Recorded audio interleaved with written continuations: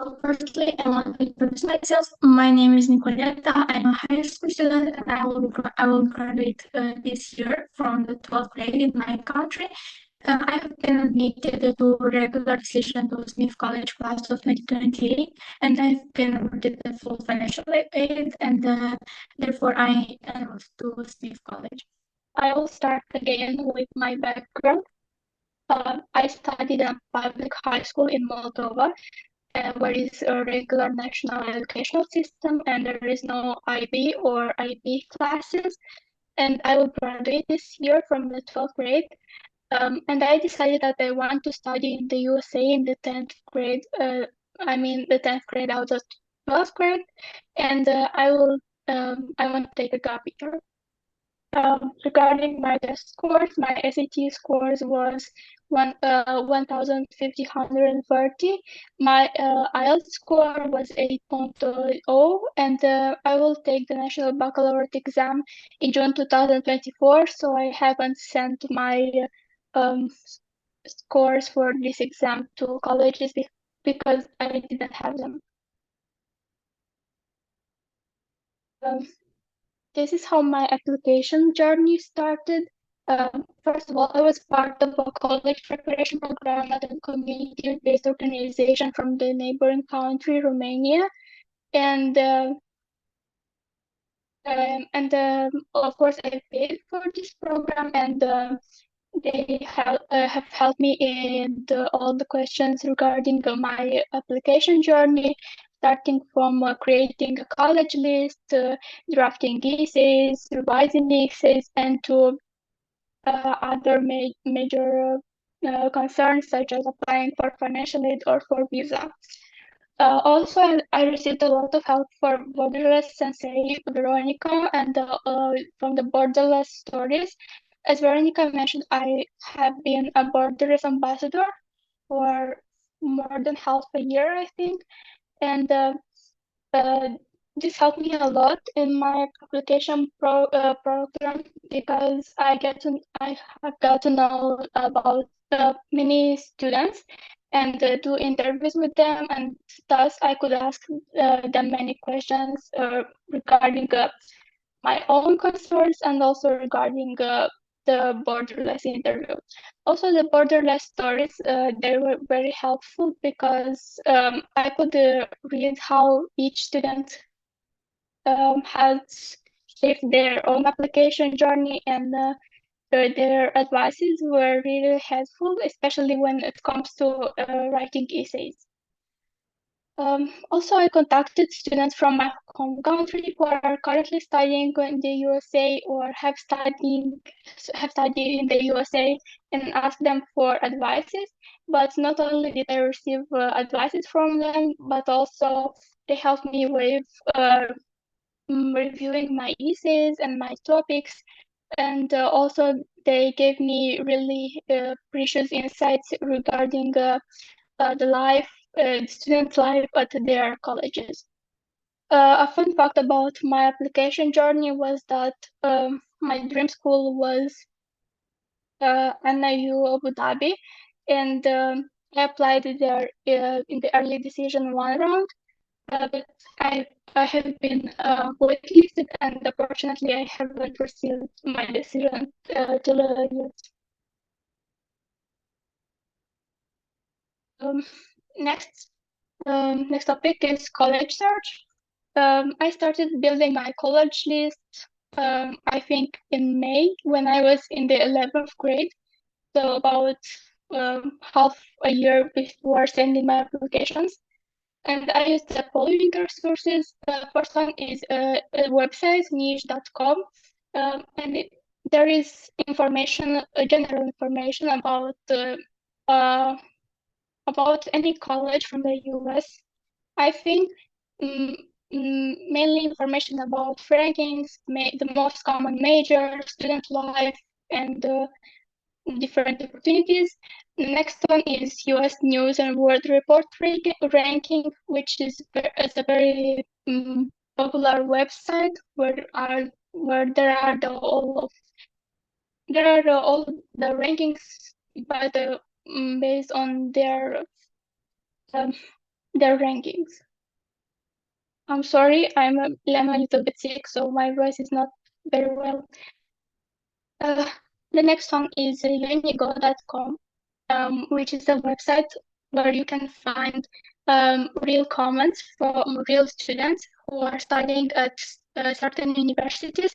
And there are a lot of questions like how are the academics at your school? How would you describe the student life or the student body at your at your school? And there are lots of answers from our students who study there or have studied. And I use this website to find out about opportunities that aren't shared a lot on their official websites. And this was very helpful for crafting my supplemental essays and mentioning something that is unique and not all the applicants will mention. The next one is Reddit and Cure. I have been using this for reading other people's experiences, comments regarding college admissions, but I think that they're not so reliable. And also, I've used Borderless, as I mentioned before, for reading student stories. I think that I read all of them, and they were really interesting. And also Telegram channels about admissions. There are a lot of them, but they're not pretty easy to find. I think that the most helpful ones were those in Russian. If you can understand Russian, there are a lot of Telegram channels from Korean students and also from organizations. And they're really helpful because you can get to know what other students who are applying this in the same year are doing, or get. And also I use them for downloading some books that I cannot find online. For instance, books about essay writing or SAT prep. They're not pretty easy to find online, and you must buy them. But on the Telegram channels, you can download them for free. In addition to this, I wanted to mention that when I crafted my college list, I crafted it based on the principle reach, match, and safeties. I guess this principle is pretty well known. It's when you choose about 5 universities that are a reach, so it's hard to get in there.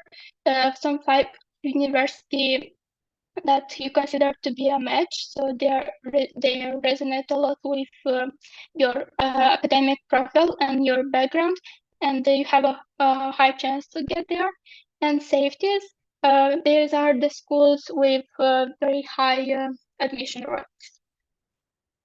In the right, you can see the list of the universities that I have applied to, and my ED1 choice was MA Abu Dhabi, and the early action were Drexel, Minerva, Chicago, and Bocconi.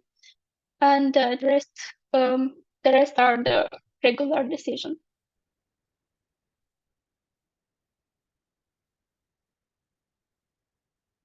So next I'll be sharing my stats that I included in my application. I filled out all the spots in the common app for extracurricular activities, and I think there were 10 spots, if I'm not mistaken.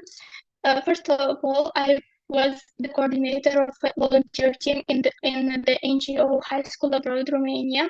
I coordinated mainly the design team, but at the same time, I helped with co-founding the NGO High School Abroad Moldova, which focused um, on giving information for students in my home country, Moldova, about how they can apply to high school abroad. By this, I mean WC, FLEX, or IB.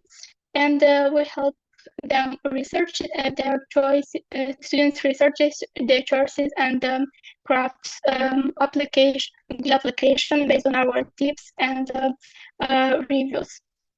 Next one, I was a Borderless ambassador. I think I started doing this in June in the summer before I applied to college. And as a Borderless ambassador, I did interviews with students and then write articles that are currently on the Borderless website. Also, I had two internships, one in marketing and one in civil aviation. I was a tutor at an after-school program at the community center in my home country. I did academics research, but it was mainly individual academic research, where I received the help of one of my professors from high school, and it was the research was about the brain drain phenomenon in Germany and how it affected the Germany's society and economy. And I presented it in November last year to a commission of German teachers and German ambassadors as part of an exam. Next one, I mentioned that I mentioned that I learned German for 12 years, and I not only wrote that in the extracurricular activity box, but I rather quantified this activity as much as possible, mentioning the awards I got, the contests I have participated in, and also the academic exchange program that I did in Germany. Another activity was a public speaking club, which I participated for more than 2 years. And I delivered there a lot of speeches, and I guess these were pretty impactful. Next one is an Erasmus exchange program where I was a delegate from a Moldovan national team or something like that. So we hosted the Erasmus exchange program in Moldova. And also I mentioned 2 or 3 summer programs related to leadership that I did in my home country. But I was also mentioned that I have been accepted to the School of Humanity from Abu Dhabi and to the Harvard Crimson Summer Journalist Academy. And so in my honors, I mentioned in the Common App profile, you can mention only 5 honors, but I mentioned there are only 5, but the rest of them I added them in the additional information section. So these were national Olympiads in geography, German and Romanian, about 7 or 8, an international competition in geography, and 2 awards in a national competition regarding promoting peace through art and community service.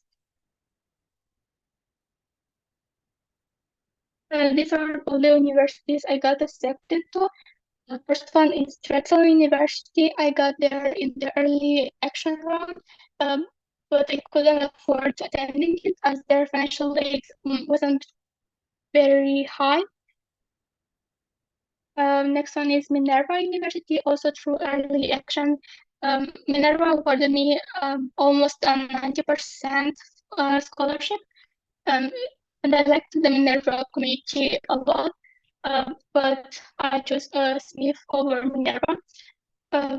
Also, I've been accepted in Europe to Bocconi University, which is a very good university in Italy, and Franklin University of Switzerland.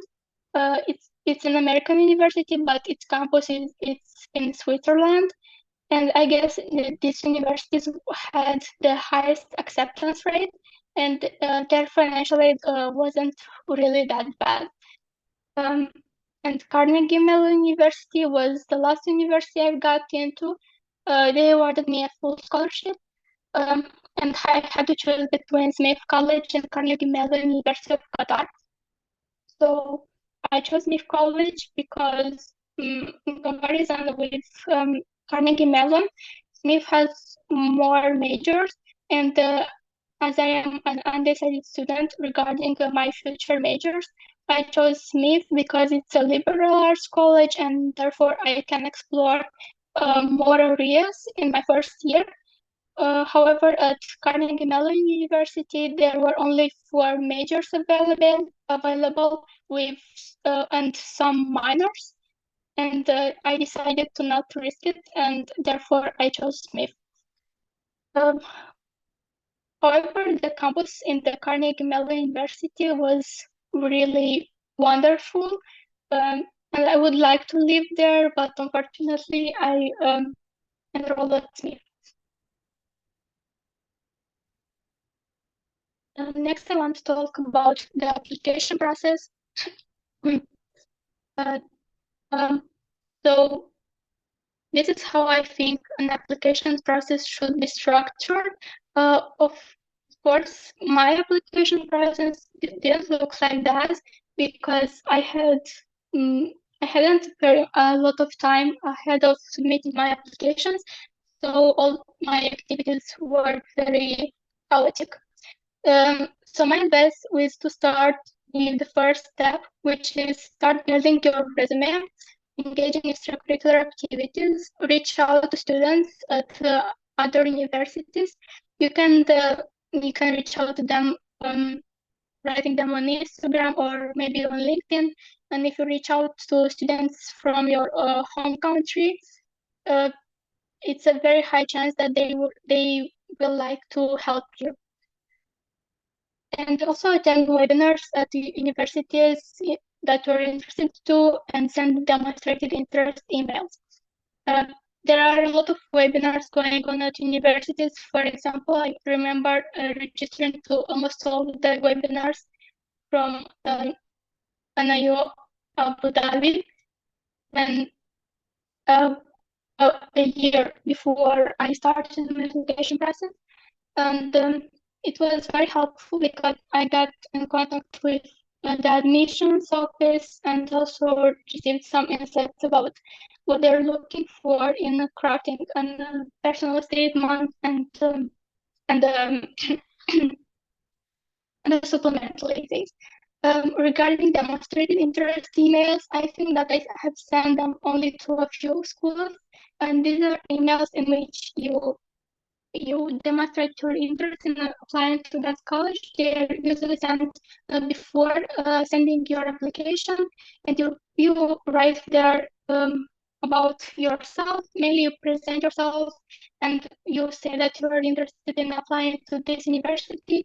You can also attach your resume to this email, and so you can keep in contact with somebody from the admission committee. And I think this is very helpful. And there are some universities that do even consider demonstrated interest as a part of their admission process. So it's an important factor. Um, the second step is taking the exams. So by exams, I mean SAT and IELTS or TOEFL. I recommend taking it ahead of time because you might not get a desired score and will have to retake them. Also, you need to decide on your college budget, and you can talk this with your family so you can have a clear image about how much you can pay to a college, and this will help you a lot in identifying the colleges that can award you the financial aid that you require. So next is making your college list, thinking about for are you going to ask for recommendation letters. I have asked my teachers for recommendation letters 6 months before I submitted my application because it took them a lot of time to write them. There were 3 teachers that I requested the recommendation letters, and for example, one teacher wrote it in 2 months, but another teacher wrote in 1 week. So it's very good to start early so uh, you can revise the recommendation letter that they give you and maybe do some improvements regarding the English language if you're not studying at an English high school. The next step is registering and completing your Common App. the Common App usually opens in August, and starting from August, you can complete all the sections there, and I would recommend to complete all the sections starting from August. And by these sections, I mean the sections about your family, your personal details, your background, your high school, and your grades and your courses. Next step is drafting, and start drafting ideas, paragraphs, or essays. I would also recommend start doing this in August, because um, you need to you need to know ahead of time what are you going to write your personal statement about. If you aren't sure about the topic, you might start with drafting ideas. So you should open a Google document and only start what comes into your head, and then these ideas might turn into a very good essay, as you will you will start uh, you will start generating and brainstorming some other ideas as time goes. Also, I advise you to revise the essays many times, and also ask other people for their opinion, because there are some things that you cannot see very clearly, and maybe other people will do. The final step is submitting your applications and wait for your decisions. And in the meantime, I would recommend to register for interviews if possible. And also, if you get invitation from interviewers, also accept them. I personally received an invitation for interview from Princeton and Smith College, and I am submitting my own form for an interview for Rice University and Trinity College, and I also had an interview there.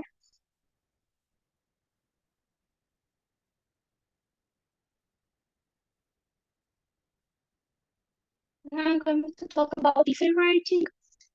Um, the most important advice about essay writing is to start early with a personal statement, because after it we'll have to write a lot of supplemental essays.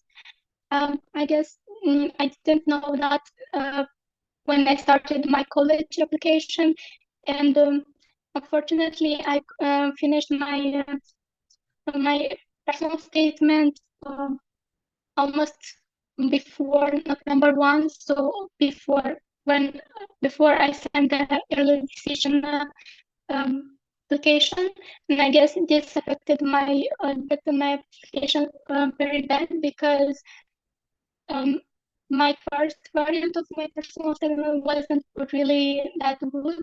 And after I received my weekly decision from Abu Dhabi, I noticed that something is wrong about my application, and decided to change my personal statement completely, and crafted another one, which was way more better than the first one.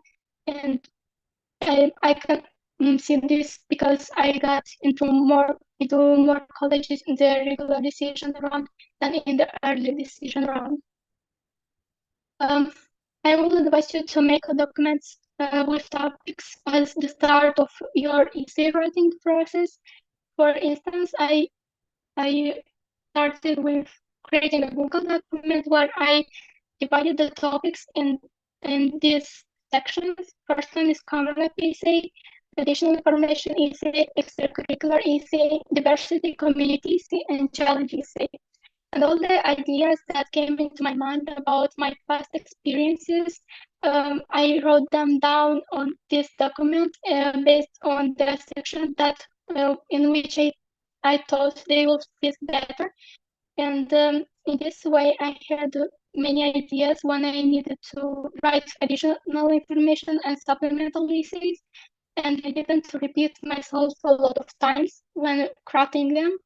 So I could offer the mission of first better image of my profile, and also mention and quantify as much as possible many activities, and also some of the activities that I didn't share in my application. I think that the best resources for inspiration were, first of all, Borderless stories, because mm, they are very rich in information, and you can find there are some things that aren't mentioned on the websites of the universities. The next one is a website called College Essay Guide, which is a very popular website with advices regarding crafting personal statements and supplemental essays. And I used this website mainly for um, getting some ideas of how I should structure my supplemental essays. Um, because in because on this website are articles for each college in part. So you can Google your college and your supplemental essay topic, and thanks to this website, I got some ideas about how I should structure it, about what I should write there, and about what they are expecting from me. Also, College Essay Guy has a really good book which is called College Essay Essentials, and I will recommend it for crafting your personal statement. If you are going to use to read this book and to do all the exercises regarding brainstorming and writing paragraphs for essays, at the end of this book, you will have a very good draft of your personal statement. And personally, I use this because it's I think it's richer in information than the college essay guide website. The next two books are 50 successful Ivy League application essays and 50 successful Harvard application essays. There are only examples of successful essays, so you get to read all this essay and understand how you should structure an essay, and maybe you can get some ideas about what you can talk and in your personal statement. However, I wouldn't recommend to read a lot of this essay because you can get lost in the thousands of ideas, and in the end don't you don't know about what you should be writing. And the final resource is, I think, that is YouTube and TikTok. I personally use them for reading other students' essays, because there are many students who got accepted in the university that share their essays, but not only their essays but also their stats, and it's really helpful. Next, I wanted to talk about SAT prep tips. I um I I started my SAT prep 2 months before the exam, and I think this wasn't a very good choice. I think that you should start the preparation more than 2 months before, and also take the SAT ahead of time so you can have time to retake it if you don't have a desired score. I scored 1,530 in the ICT, and the best books that I have ever found for preparing for the ICT were the College Panda ICT Math book and the Complete Guide to ICT Reading and Grammar by Erika Meltzer. You can find them on PDF online for free. And I think that if you will learn from these books, you will have guaranteed a very high score. And regarding the websites, the most useful were Khan Academy, where you can practice exam questions. And the next ones varsity tutors and math warehouse are some websites that are used in order to learn the material and not only exercise. Regarding financial aid, I have used the CSS profile, and I wanted to let you know that you should have all the financial documents of your family ahead of time, because in some cases, it can take up to 2 weeks or more to get them. You may ask for a fee waiver for the CSS profile from your college, but unfortunately, all the colleges I have asked for a fee waiver didn't give me one. Some universities offer the possibility to complete the International Student Financial Aid application, which is a free variant of the CSS profile, and it has almost the same questions, but you should complete it. You should complete it by handwriting it, and some universities have their own application portal. For instance, like Princeton does. Also, you should pay attention that some colleges require official SAT scores even before releasing decisions. And you can find this information by researching on their website or asking the admission committee. I remember that I sent the SAT official via college board to 5 or 6 colleges, and for instance, Carnegie Mellon University required it officially and did not accept it from my school counselor or from me per email. And as I mentioned, you can send the scores through college board or per email by your counselor. And regarding the IELTS score, I have sent them through the test taker portal at British Councils, and it was free for all 20 universities. And I don't know much about TOEFL or other exams because I haven't taken them. So this was all the information that I had regarding my application process, and if you have some questions, I would like to answer them. Awesome. Thank you so much, Nicoleta. This was super interesting. And yeah, the part about the SAT, I think, impressed a lot of people. I didn't even know myself that you only studied for 2 months. That is pretty crazy. And yeah, now as you guys, many of you know that a bunch of Ivy Leagues made SAT mandatory, specifically Harvard, Yale, Brown, Cornell, Caltech, and Dartmouth. And I do feel like that would be the trend, that they'll make it mandatory. So yeah, I hope this is an inspiration for you to study for the SAT. Now we still have some more time. So if you guys have questions to Nicoleta, please type them in the chat, and then I'm going to be asking them like one by one, or if you want to unmute yourself or like raise hand, that is fine as well. While you're thinking, I guess I would ask the first question. This is something that people have kind of expressed concern about, is how did you mentally deal with the whole application process? Because I know that it is very anxiety provoking, and you're probably like comparing yourself against, other people. Maybe you read a story on Borderless and you feel like, oh my gosh, they have such a cool profile, while maybe mine is not as impressive yet. So kind of how did you handle all of that stress, and how did you stay happy and sane throughout all these months?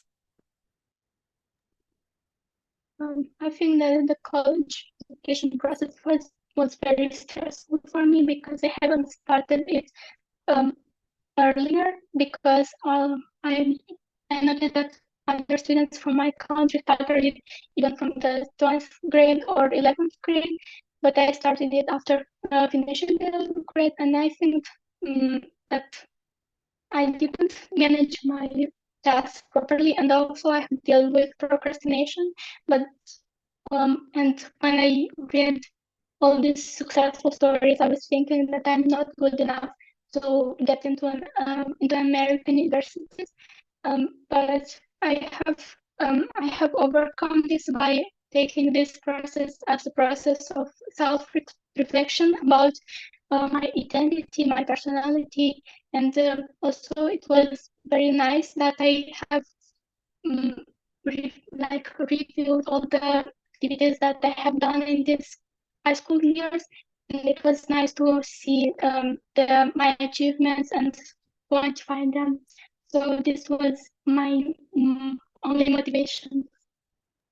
Yeah, that makes a lot of sense. Thank you so much for sharing. So we have a question from Joy. Could you please repeat, or maybe you could go back to the slide with the SAT prep resources? I guess you guys can maybe take a screenshot. Yeah, so we have the books and then the websites. While you're taking a screenshot, we have the next question from Dilbek. Can you tell more about your research? About my language. So I have done my research for 2 years, about 2 years before presenting it, and it was part of my. It wasn't a mandatory part of my school curriculum, but it rather was an additional part, and I decided that I wanted to take this opportunity. So what I used for doing this research was um, reading books, reading scientific articles, listening to interviews with people from Germany, and also because my research focused on Germany, my academic exchange program in Germany really helped a lot. And in the end, I crafted research like it is structured in a more than 20 pages document where is presented all the things you have done, the thesis, the arguments, the experiences, the examples, and the conclusions. And I think, and of course, I didn't present all this in my presentation to the exam committee, but one of my teachers from high school analyzed it and helped me a lot with reviewing it. So he has read it in its entirety. But regarding the presentation of the research, I did only brief presentations of about 40 minutes, I guess, was the presentation, and then the framing of the research and questions. And then this is how I presented it. And I guess you can also do research, like individual research, because it's very appreciated by colleges, even if you don't have the opportunity to do research at an university level in your home country. And you can maybe publish it in a newspaper or some websites online. There are some websites that publish research done by high schoolers, and I guess these are some ways to quantify this extracurricular work. Nice. Diana sent me a question to DM, I think accidentally, so I'm just gonna read it out loud for everyone. She's asking, for what degree did you apply to Bocconi, and did you take an entrance exam for it?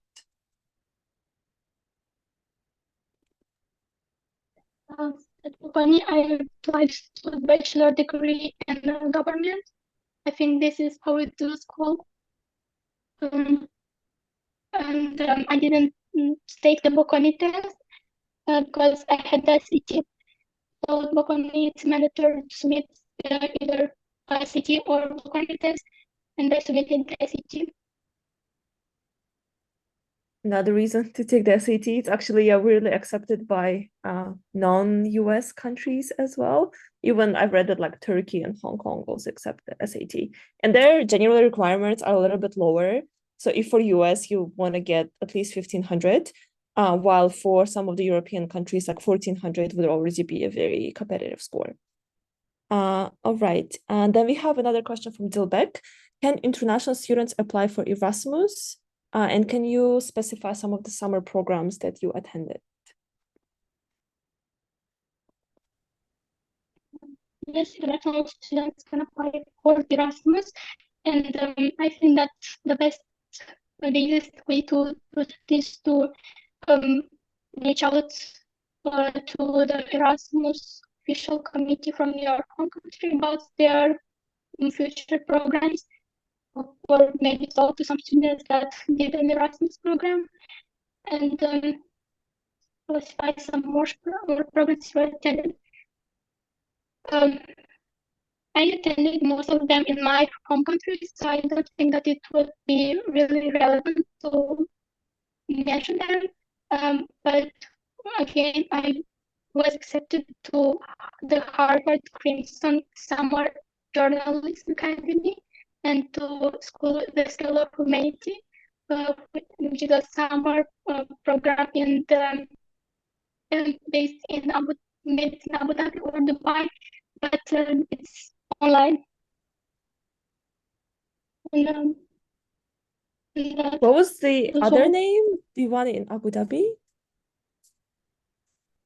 I can type it in the chat. Oh yeah, that would be awesome. Yeah, I found the Harvard Crimson one.